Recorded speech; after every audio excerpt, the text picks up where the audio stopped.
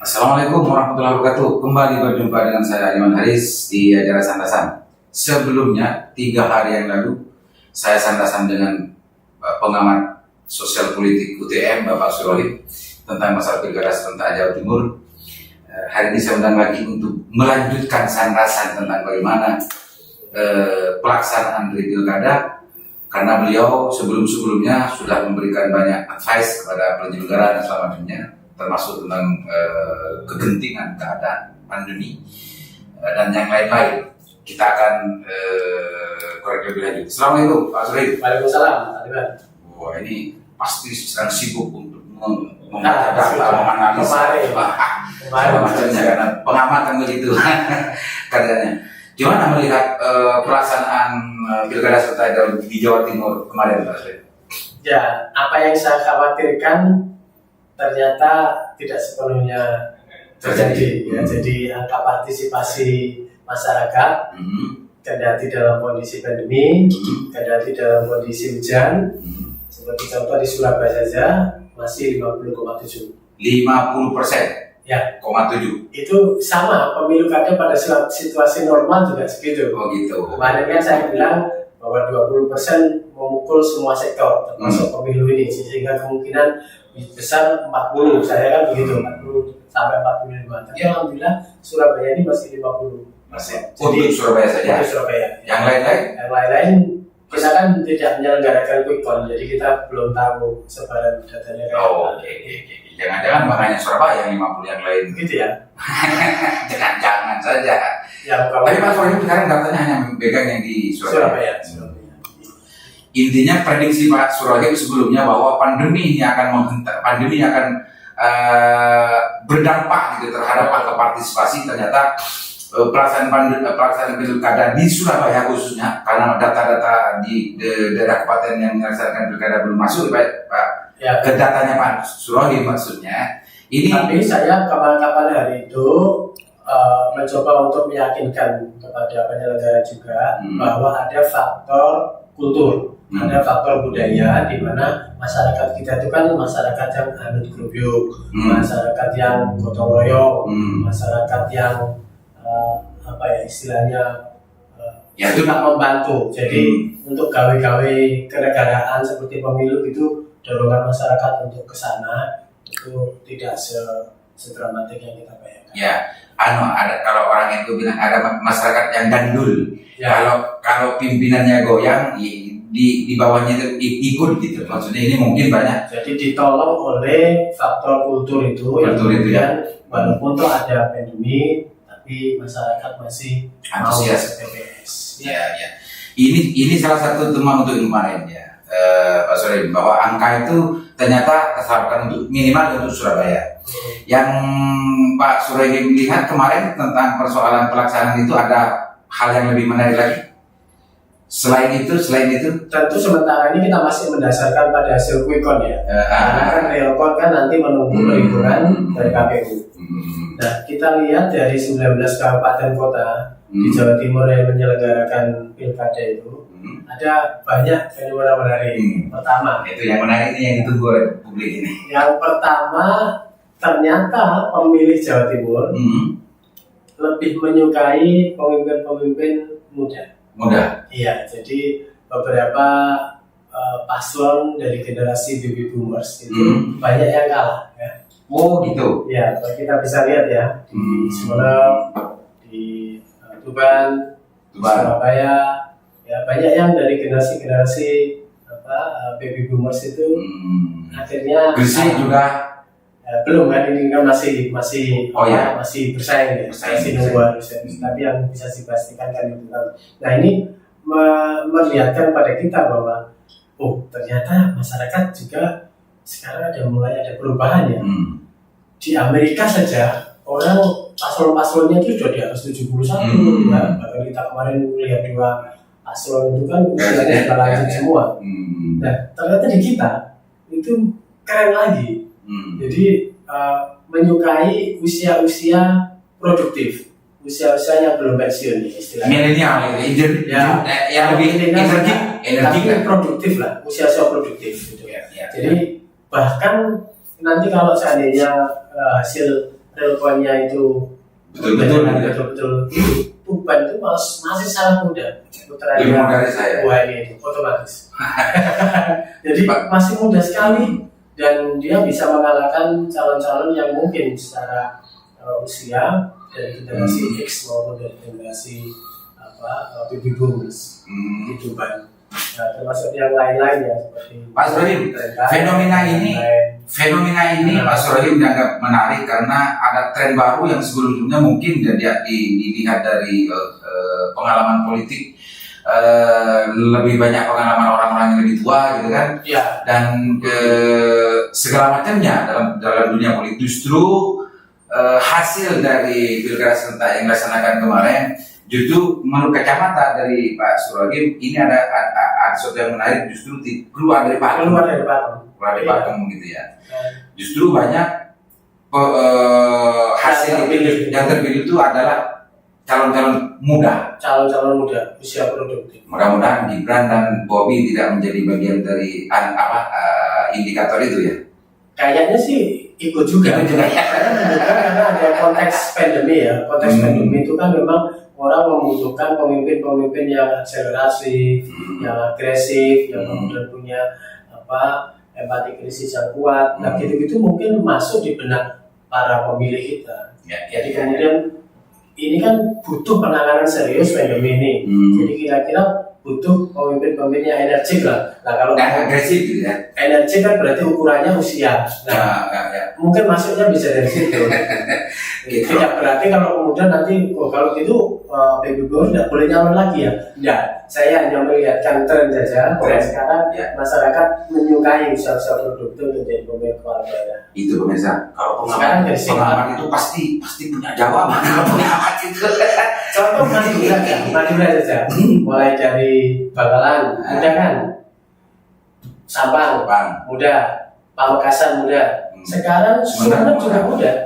Jadi ini Madura ya. Madura selama ini dianggap pemilihan. Artinya kalau mau dilihat dan dibaca dan dinilai dari aspek usia, bahwa Madura pun juga sudah ada perubahan tren duluan mudanya.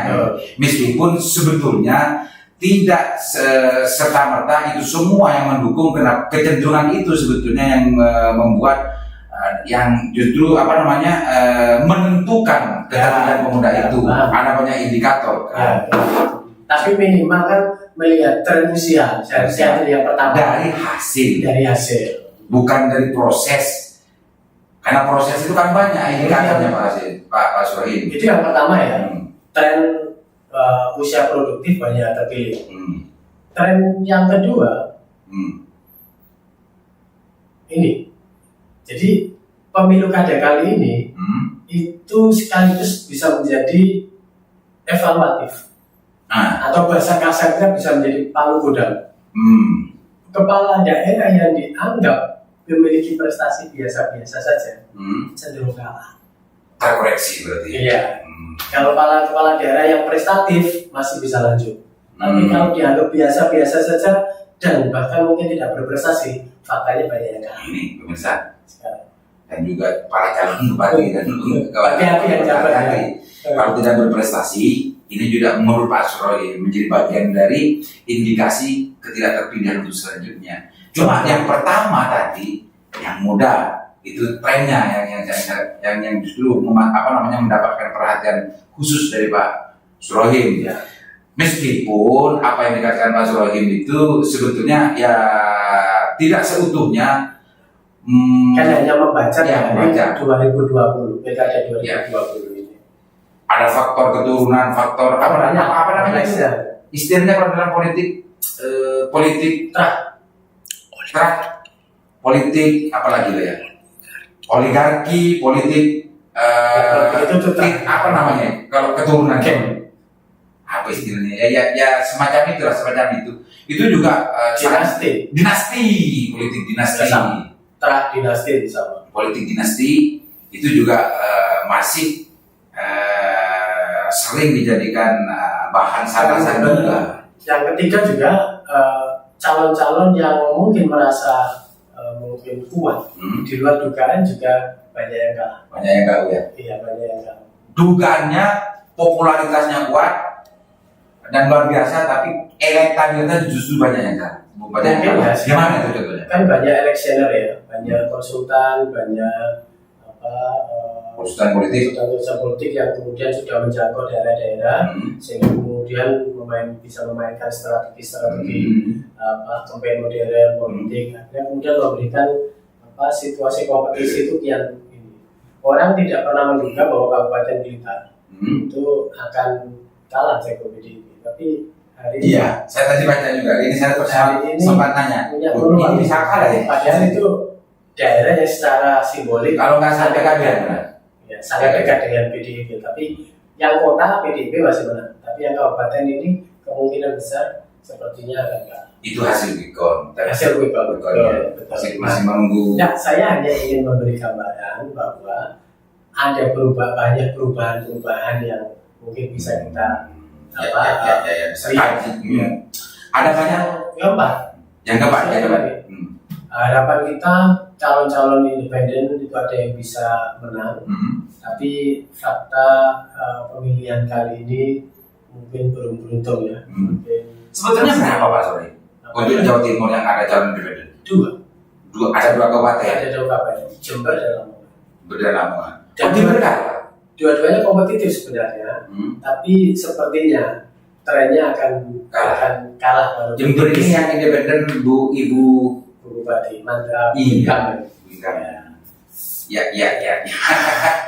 Itu sebetulnya Pak, kalau kita mendengar dan membaca tentang masa pemberitaan di Jember tentang Ibu Bupati itu luar biasa sebetulnya. Tapi kenyataannya sekarang ini tidak bisa kalah. Dari penghitungan Quick-Count posisi kalah meskipun masih belum ada keputusan resmi. Ada 4 hal yang menarik barusan yang diceritakan oleh Pak Sohib, dan masih ada sebenarnya terkait dengan angka-angka kompetitif itu, baik yang di Malang, mungkin di Sidoarjo, Gresik, banyak yang kompetitif yang selisihnya sangat tipis. Itu sekaligus menunjukkan bahwa sebenarnya mulai ada perubahan bahwa kontestasi kepala daerah ini kian sengit, kompetitif, kian istilahnya orang mungkin sudah mulai punya banyak strategi dan banyak teknik untuk meraih voter, sehingga angka-angkanya tidak terlampau jauh. Nah itu sebetulnya yang lebih berkualitas sebetulnya daripada menurut saya lebih baik begitu. Terlalu jomplang gitu, kayak 87%. Memang nyesek rasanya. Kalau tipis itu kan nyesek. Tapi sebenarnya dari segi kualitas demokrasi, kualitas demokrasinya oke kan. Ya kan itu ada keseimbangan. Tidak akan memunculkan sebuah kepemimpinan yang otoriter dan macamnya karena kekuatannya jelas. Ada keseimbangan. Artinya kontrol juga mungkin ada. Ya, itu secara teoritis. Kalau urusan pelaksananya di lapangan nanti rukyatnya tidak semacam itu tuh urusan lain. Tapi secara teoritis, kalau perolehan suara itu ada keseimbangan tipis, ini akan berdampak kepemimpinan itu tidak otoriter dan macamnya. Teorinya begitu. Tapi meskipun rukyatnya, realitasnya itu tidak seperti itu, ya itu rukyat, namanya rukyat kok.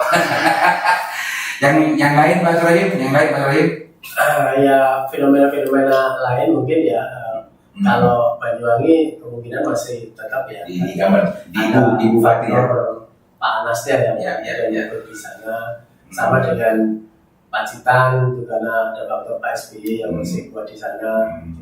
Yang ada ini tadi yang Kabupaten Blitar itu.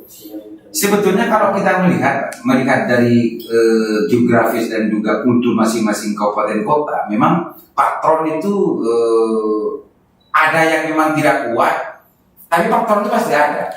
Memang ada yang memonopoli. Nah, Pak Sohib pernah melihat nggak tentang masalah di Jawa Timur khususnya atau yang dekat-dekat di mana patron-patron yang betul-betul punya monopoli besar itu di daerah mana ada? Matraman. Surabaya. Tadi kita bisa membaca ya kenapa Kabupaten Blitar itu saya punya PDIP kemungkinan besar bisa kalah. Ini karena faktor patron. Karena sebelumnya dulu bapaknya yang menang itu kan pernah aktif di PDIP dan masanya juga kuat. Jadi persoalan faktor di Mataraman memang dari dulu Kuat ya.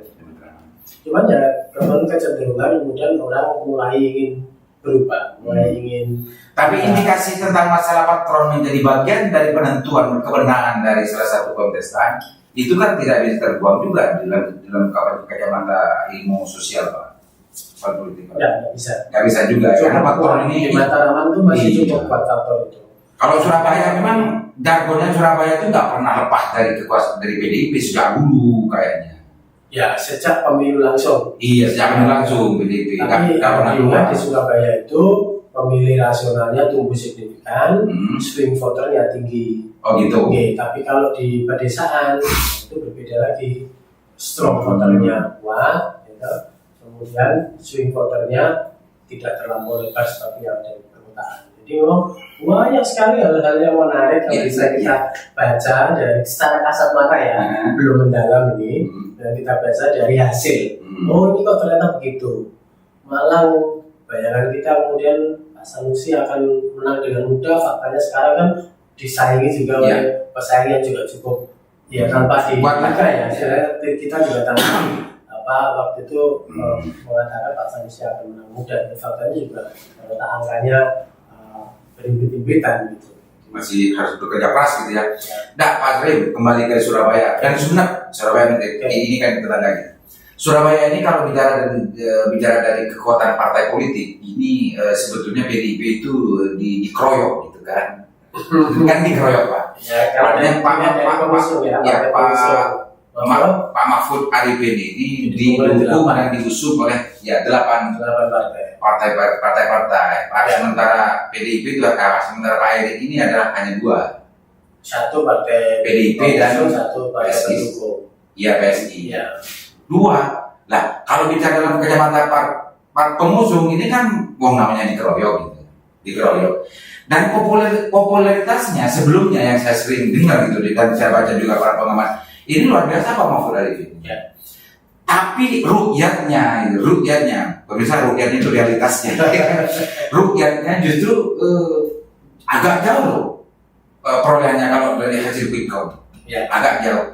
Apa yang Pak Soehim bisa menjelaskan tentang masalah ini? Begini ya, jadi pemilu kada itu hampir 75% lah. Itu ditentukan oleh figur yang bertarung. Figur. Faktor figur. Faktor kandidat yang bertarung. Bahkan wakil itu angkanya juga tidak terlalu tinggi ya. Kisarannya itu ada di 20. Jadi faktor utamanya tetap figur yang bertarung.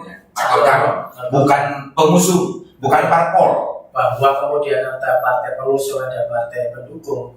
Memang selama ini angkanya partai-partai yang ideologis itu memang ada yang bisa nembus 70 ya, seperti PDIP itu kan punya voter-voter yang ideologis ya.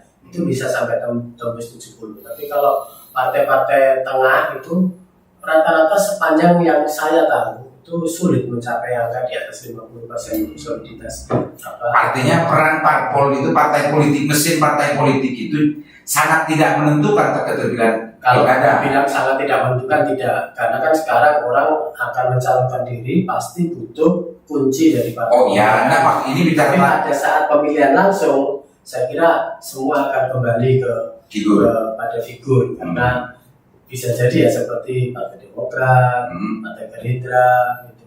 Walaupun mengusung tokoh tertentu, tapi faktanya pemilihnya juga banyak yang memilih calon. Artinya pilkada dan pemilihan langsung ini menurut Pak Soehim yang lebih bukan yang menentukan, tapi yang lebih menentukan adalah figur dari calon kandidat yang ditaruh, yang diperebutkan gitu ya. Dan faktor-faktor yang tadi yang lainnya itu ada sunnah saja. Mendukung. Sunnah. Fardu ainnya calon. Iya. Oke. Itu untuk yang disunat gimana? Sumenep ini kalau bicara masalah sejarahnya beda dengan Surabaya. Ya. Surabaya ini memang sejak dilaksanakan pilkada langsung tidak pernah lepas dari PDIP. Sumenep ini sebaliknya. Sejak pilkada ini berlangsung tidak pernah lepas dari PKB. Ya. Nah sekarang PDIP yang Pak Fauzi ini kan dari PDIP ya, head to head dengan dengan calon dari PKB, itu yang menang sekarang. Pak Fauzi, gimana melihatnya? Sekaligus memberi sinyal pada kita.